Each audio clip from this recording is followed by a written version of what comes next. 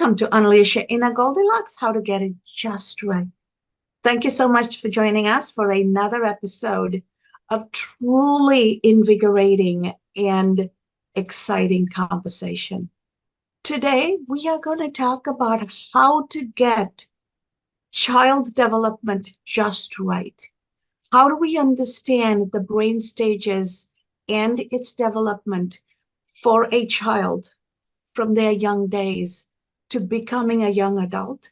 Understanding that, knowing that, and carefully shepherding that sets the young person up for success, both in life, personally, and professionally.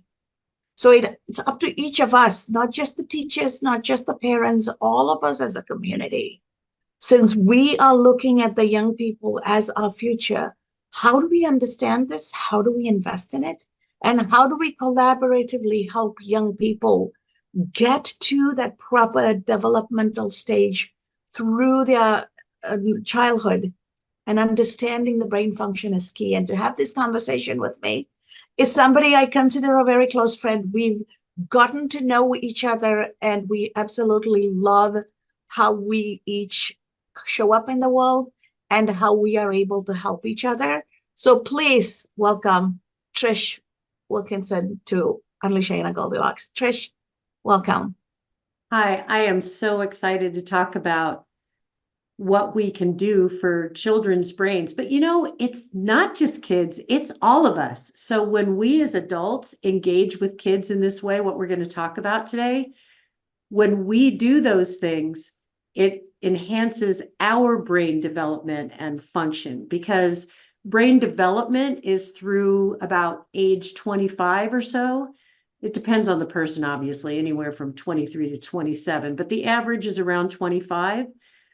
But hopefully, throughout our entire lives, we are growing and learning, and our neural pathways are making changes that are creating things and developing us more and more all the time.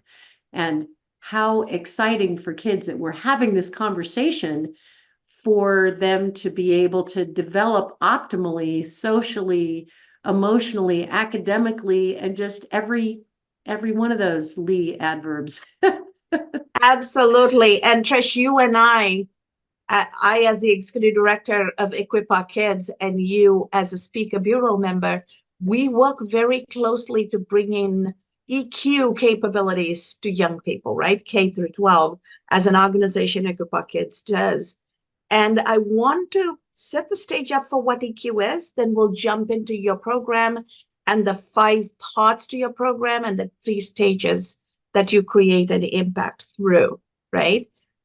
What I want to set the stage up with is there's such a lack of understanding or relationship to what EQ is. So let me share the 4 components. Self-awareness is the first. Once we become self-aware at any stage, the sooner we start, the better it is. The minute we are able to develop our self-awareness, the next step is to learn to manage ourselves. Understanding and accepting our emotions and what's going on in life is important. Denying is not. Once we accept it and understand it, how do we deal with it? Getting angry is not bad. When do you get angry? How do you get angry? How do you show up in your state of anger? To what extent you demonstrate it, and when, where, and how you demonstrate is all important. How do you learn that? How do you master that? Instead of saying getting angry is bad, right? There's no good or bad, it just is. So am I aware of myself? Am I able to manage myself, all my emotions and all of it? And then how do I use those 2 from my inward journey to build relationships and build socialization in any social context? Family first, community, school, work, society, all of it. And then how do I bring all of this to become socially, culturally intelligent so that professionally I can show up in a way that I'm building my future? Because research shows that 70% of professional success is directly correlated to EQ. And that EQ, we can give it to young people when they are really young. And I love how you have taken your brain stages book and your research and your work and then crafted a program that actually have 5 practices, and you take those 5 practices in 3 parts. So why don't you take a moment and quickly summarize briefly what your practice is about, and then we'll go into the 3 stages of the practice individually. Well, so basically, I wrote this book, Brain Stages, How to Raise Smart, Confident Kids and Have Fun Doing It. And it's a grade by grade guide through kindergarten through 5th grade that has all kinds of games to play to make sure kids get their academic needs met. But it also has all kinds of games to play to improve kids, like you're talking about, recognizing their emotions, because emotional quotient has gotten, because computers do so much now, right? So emotional quotient is how we relate to ourselves and our own emotions as well as other people is huge. And my superpower is reading a bazillion studies and turning them into tools that are really usable. So it turns out you can create a whole environment where children can learn. Actually, by just functioning within this environment, they can learn to recognize their emotions and how to manage them, and to recognize other people's emotions and how to create space when that happens. They learn how to create space and support other people and support their classmates and peers instead of just competing. There's a place for competition, but we're finding more and more in the workplace, especially when we're dealing with teams within the same company, that it's much more powerful to collaborate. So these 5 practices really help kids just in an environment where they can collaborate and grow on a really positive level, so that when they get angry, they know what to do and they have a positive way to deal with it. They can recognize it and they have the skills to be able to manage it instead of feeling guilty for getting angry. And that is so important, to teach them what and how, right? And They need pretending it tools. doesn't exist is not a good thing, right? So Well, and I'm we talk curious. philosophy very often, and we don't give people specific tools. We need to give people specific, usable tools that work.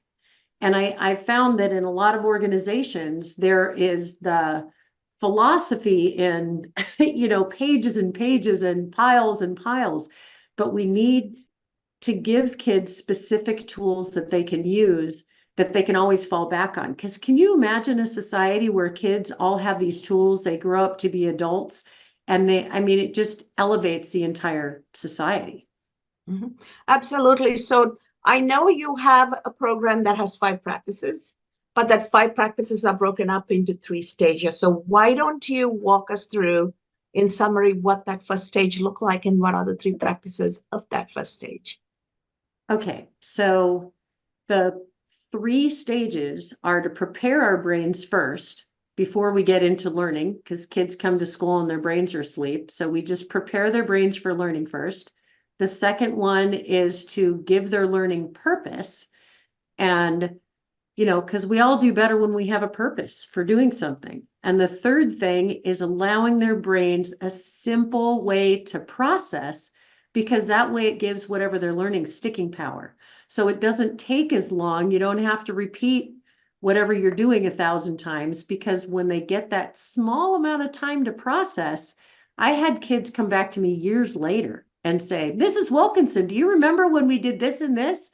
I still use that skill all the time, which is really exciting and would make my month, right? But so it's just doing things in accordance with how children's brains develop, function, and learn. So the first practice is to prepare our brains for learning. And the 3 components of that are, first, kids come into the classroom in all kinds of different ways. And, from all kinds of different things. They could have had an argument with a sibling or something, something happened at home or in the hallway or whatever by the time they come into the classroom.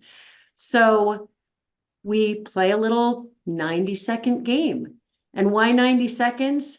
You know, like everything else, it's an average. But if you play a game for just a couple minutes, a short period of time, that's a brain game, it helps kids relax and focus.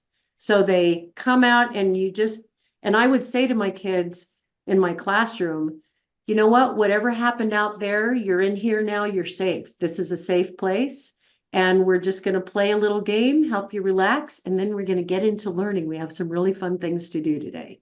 So that's how we would start when they would come into the classroom in the morning and come in after a break, after, recess, or, in middle school or high school, it's a nutrition break, whatever they call it in their school, after lunch, so that whenever they would come into the classroom, no matter what was going on, we would play this little game. So that was the first thing. The second thing is making sure kids have access to water. And a lot of teachers don't like to do that because they're like, then the kids are going to the bathroom all the time. But they work into a system, and you talk about that when you're setting it up, when they have access to water, because a lot of times when they get spacey or cranky or they have a stomach ache or a headache, a lot of time they just need a drink of water because our brains are 73% water. So trying to think without hydration is kind of like riding a bike on flat tires. I mean, you can do it, just not very well. So it's a short game where they get to think. And I can give you an example of a game later if you would like. And another thing is the water. And then the third thing I would do with my kids, mostly teaching elementary school, but in some cases in middle school as well, is first thing in the morning, they would get 10 minutes of cardio exercise. And at first they were just like, I don't want to do that. But after they do it for a while and they realize how much better they feel and how much more alert and awake and happier, because what happens is it takes about 10 minutes of exercise, according to these researchers in Canada who wanted to find out the least amount of exercise you can get away with and still get all the brain benefits. It's about 10 minutes. So we would run or jump rope or put on the music and dance for 10 minutes in the classroom. And we even had a little routine that we did, like a little cardio, moving routine that we did for 10 minutes. And it got them all going. In fact, if we'd have an assembly and they'd come back and I'd be in a hurry, let's go. And then I'd say, who are you people? And what happened to my class? And I'd have a kid say, well, we didn't get to do our little workout this morning, Mrs. Wilkinson. I go, you're right. Everybody stand up. I mean, they get it after a while. The kids are just like, they notice the difference. So I understand this is your preparation stage, right? Yes. So this So is the first prepare part. your brain for learning. So 10 So minutes as of you prepare exercise. them for learning, what is the second stage? So after their brains are prepared for learning, we give their brains a purpose. So the second thing is a purpose for learning. And I don't know about you. I mean, I love GPS, but first I have to know where I'm going and I have to have a reason to get there, right? So when I would tell the kids, whenever we would start something new or we were going to do a lesson, I'd tell them what we were going to do. And then I'd say, how do you think you're going to use that? What's the point of learning this? Why do it? And we would brainstorm, and I would actually even write it down how they would do that. We were learning a math concept and they'd talk about ways they might be able to use that thing, or in science, we would be learning something, or in language, whatever we were learning, we would talk about what is the reason you're learning this? How are you going to use this in your life? And the other thing we used to do is they would come in the morning and say, Mrs. Wilkinson, I use this skill. I wrote a note to my grandmother and I used this skill. And, I wrote an email to my grandmother or whatever. They'd give me some idea of how they used a skill. And I'd go, good for you. And I'd hand them a colored popsicle stick. And they would collect these popsicle sticks and be so proud of them.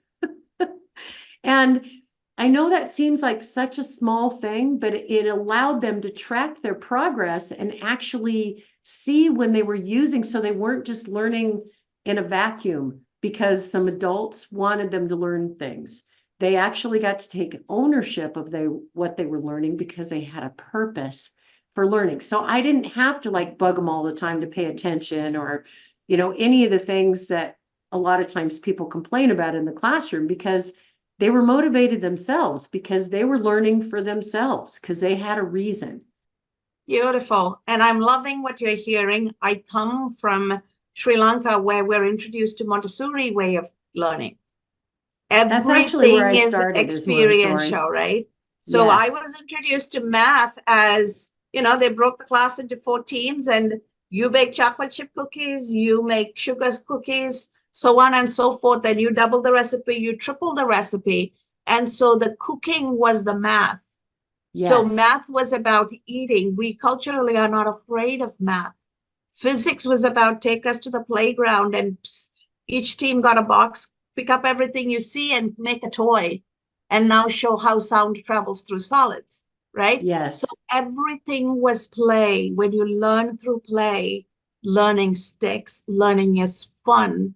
We were not prepared to learn for a test. We were prepared to learn for life, right? And to Which make you are life so fun. lucky, Cass. You are so lucky, because I started in Montessori and then I taught public school for years and years. And the thing is that that's not how it's set up in the public schools. So how do we function? And even in private schools, and there's so much emphasis on how well kids do on tests. And the attitude is, if you can't measure it, you can't manage it. So it's how do you function within that system? I did everything as much with play as I could, and music, because I was a musician a long time ago. So we would make up songs. That's one of the things I did for literature. You know, they'd learn rhyming and punctuation, all that stuff, because we would make up songs and stories and, you know, all kinds of things about whatever we were learning. But that purpose piece, no matter how we were doing it, creating a purpose for them to learn made all the difference, because they had their own investment in why they were doing whatever they were doing. It made it interesting for them, and it made them start thinking, how am I going to use this? And how am I going to get my popsicle sticks? Absolutely. The reward is such a brilliant, brilliant move. Now I know you have a third step. So walk us through Oh, what and that this third is step this is. is this brings all the steps together. This fifth step, you know, it's 3 things. It's prepare, purpose, and process. But the processing step, this fifth practice, ties it all together so it all works. And that is, we allow their brains a short time to process. So what I would do with my kids is, after we were finished working on something, I'd say, okay, I'm going to set the timer for 5 minutes. I did a lot of things to timer. For one thing, I have attention issues. And a lot of my kids often had attention issues. So we did a lot of things to the timer so we didn't get lost. Look, a puppy, you know, so that we could stay focused. And I would give them 5 minutes on the timer, and I would say, write about what we just learned and how are you going to use it? Why is it important? What difference is it going to make for you? And we would set the timer for 5 minutes. And then when they were done, they would get a partner, and I encouraged them to get different partners, and they would share out loud with another person what they learned and how they were going to use it. And this is a really interesting thing. We're talking about emotional quotient. At the beginning of the school year, when they would share, I'd hear a child say, hey, that was a great idea. I didn't even think of that. I'm going to write that in my journal. And the other child would say, you can't do that. That was my idea. And I'd say to the child, oh, you don't want to be a leader? And they go, what do you mean? I'd say, that's a definition of a leader, is somebody hearing your ideas and wanting to follow them because they're good ideas, right? And they go, oh, okay, I guess you can write that in your journal. Mhm. So it just completely changed it, because so much of life is perspective, right? So it just completely changed the perspective for them, so that they could look at it as, in, this is benefiting you and it's benefiting me, for you to use my idea that you think is a positive idea. And it was interesting to see, from the beginning of the year to the end of the year, using these 5 practices, how supportive they got of each other. We would start by preparing their brains for learning, right? And when we're preparing, then after we did the prepare, purpose, process thing for maybe 3 weeks or so, I'd assign students and we'd change jobs once a week. So students would be in charge of each of those things. So a student would be in charge of what physical games we were going to play for our 10 minutes of exercise, or physical thing we were going to do for our 10 minutes of exercise. And it would be a student who would choose the games we would play. And we had, a whole bunch of examples by then, but they'd be looking them up on the internet. They'd be practicing things on the playground to see what might work. I mean, they had all kinds of ideas for both the brain games. I'd put a child in charge of the brain games that we would play when we'd walk into the room to just kind of get everybody to reboot the brains and kind of replace that cortisol, the stress hormone, with some dopamine, so that they could think.